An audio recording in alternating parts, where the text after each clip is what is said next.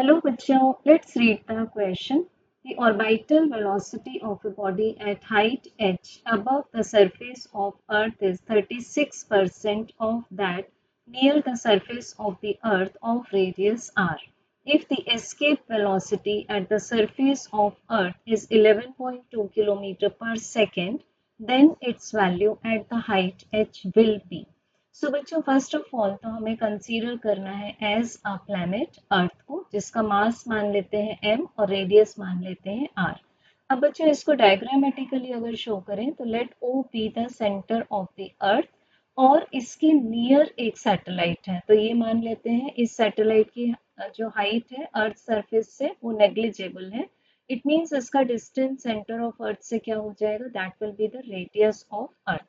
अब बच्चों एक दूसरा सैटेलाइट गिवन है हमें जो कि अर्थ के सरफेस से हाइट h पर रिवॉल्व करता है, तो इट मींस इसका जो डिस्टेंस होगा अर्थ के सेंटर से उसको मान लेंगे small r, where small r is equal to radius of earth plus height from the surface of अर्थ।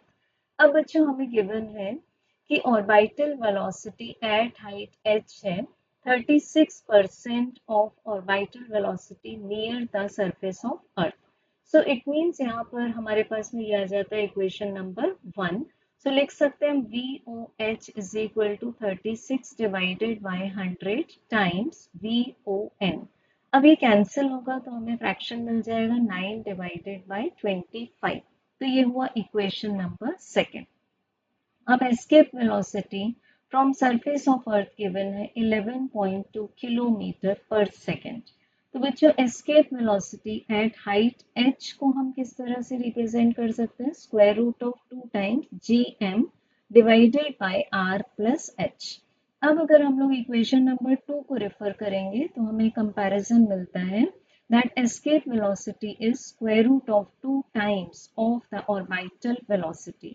तो इक्वेशन 3, इक्वेशन 4 एंड इक्वेशन 2 को अगर चेक करें तो हमें कंक्लूजन मिलता है कि अगर हाइट h पर orbital velocity 9/25 times of the near earth satellite है, तो सिमिलरली हाइट h पर जो हमें एस्केप वेलोसिटी मिलेगा वो भी 9/25 टाइम्स ऑफ मिलेगा to the escape velocity from the surface of the earth.